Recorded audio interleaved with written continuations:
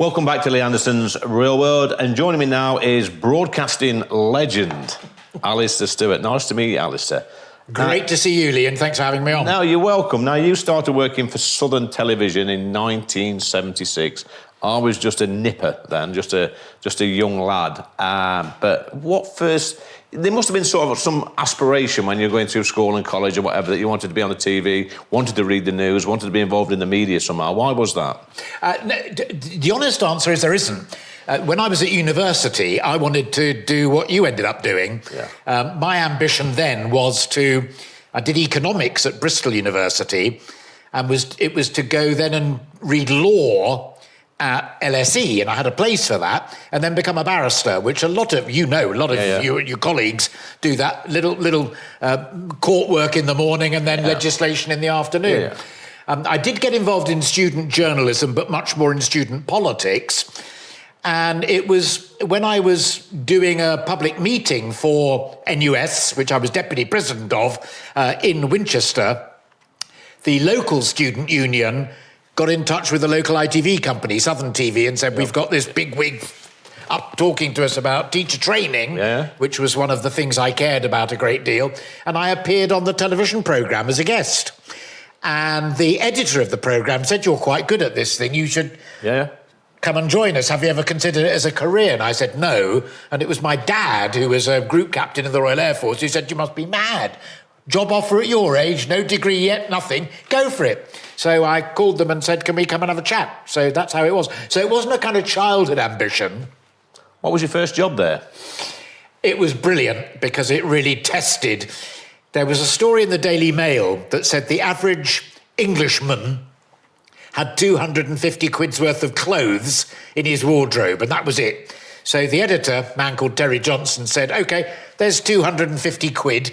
Go down to Southampton. A lot of money in them days. A hell of a lot of money. Buy an outfit.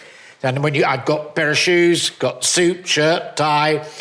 And when I got back, he said, right, put it on and then model it, as it were, in the TV studio, and we'll talk about it. And so that was my first job, was to go shopping, put the kit on, and then walk around the studio. And it really was a classic case of swim or sink, and fortunately, touch wood, I swam. Wow, 250 quid. I bet that in the 70s was probably like, I don't know, 5 or 6 weeks' wages. I would have thought so, yes. Yeah. Yes, quite comfortably so. So were you the longest serving newsreader on TV? I think that's true, although Kay Burley may dispute that, although Kay is not really a newsreader because she's more a presenter and interviewer. Yeah. But yeah, I was reading the news in the 1970s through the 1980s. At one stage, I was the only ITV employee who'd read all of the bulletins, including Channel 4 News and News at 10 and the rest of them. Did you ever, obviously, reading the news, it's live TV, I would imagine. Do you ever get the jitters? Yes, absolutely.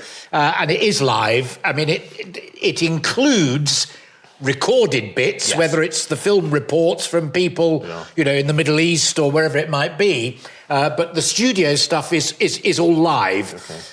And you do get the jitters. And funnily enough, going back to Southern TV, one of the best presenters, reporters there was a lovely bloke called James Montgomery, who also did music programmes. Okay. And I remember asking him exactly the same question that you've just asked me, because I knew he'd been around in the business for years. Yeah. Do you ever get nervous? Yep. When the little red light goes on top of the camera? Yeah. And he said, yes, every time. Wow. And he said this, he said, when you don't, that's the time to stop. Wow. If you start taking it for granted. And that was a good piece of advice. So obviously you're reading the news day in, day out for many, many years. There must have been some times when a bit of news broke, you think to yourself, wow, this is a biggie. So can you just like tell me which were probably the couple of biggest news stories that you actually broke? Yes, the Shuttle Challenger, which exploded seconds, minutes maybe, but certainly not long after takeoff. I remember that. And that was the one, it was heartbreaking because it was the one where there was a young woman teacher on board. Yep. And all of her kids were, as it were, in the audience down at Cape Canaveral and their mums and dads. Wow. And that was dreadful. I was quite interested in the Shuttle Challenger shuttle programme anyway. But literally nobody initially knew what had gone wrong. Yeah. And it was quite complicated. And it became, we went into the studio to do a news flash for 15, 20 seconds, and we were in for over half an hour. Yeah. And that was extraordinary. The other one, which was quite shocking, other end of the spectrum, is I'd finished doing news at 10, and I went back to the hotel I was staying in to come in and work the next day. Yeah. And it broke that Michael Jackson, the pop star, who then became famous for all sorts of other things subsequently. But anyway, he'd been rushed to hospital. And I was rushed back to the studio.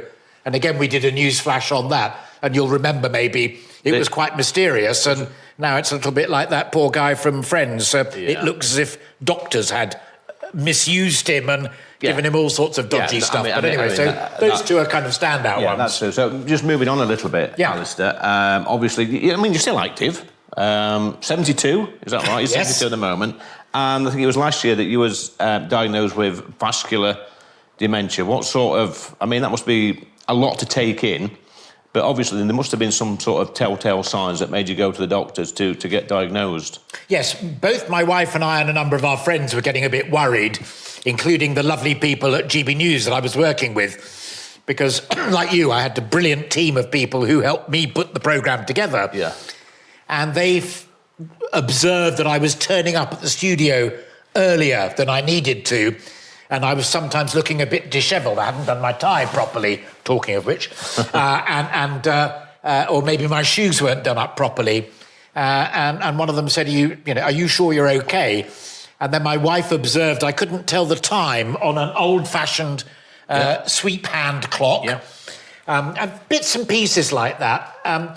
And the word I used to describe it was kind of discombobulated. So I went to the GP and said, look, I think I might have early onset dementia. Yeah. And he said, I don't know. I'm a GP. The only way we can know is to have an MRI scan. Yeah. And we had that without a waiting list, thank God. And it showed that I had had a series of minor strokes. Wow. And that is what causes vascular dementia. And bits of your brain... Perhaps the bit of your brain that looks after doing up your tie or where you left your glasses or whatever it might be is shut down.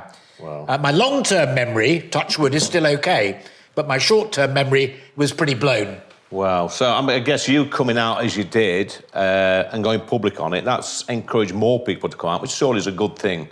I hope so, yes. And you used the expression coming out. That was, funnily enough... No, exactly the expression my wife used. But you've got to come out to let our friends know what's really going on, but also hopefully to encourage people, because at the moment there's no cure for it, but there are very good charities and bits of the NHS that are working on how to perhaps try and find a cure or help people who've got vascular dementia. There's a lot of work going on Alzheimer's, and I don't have Alzheimer's. So that was important to come out and to encourage people, because there are things you can do to help prevent it getting worse. For example, give up smoking.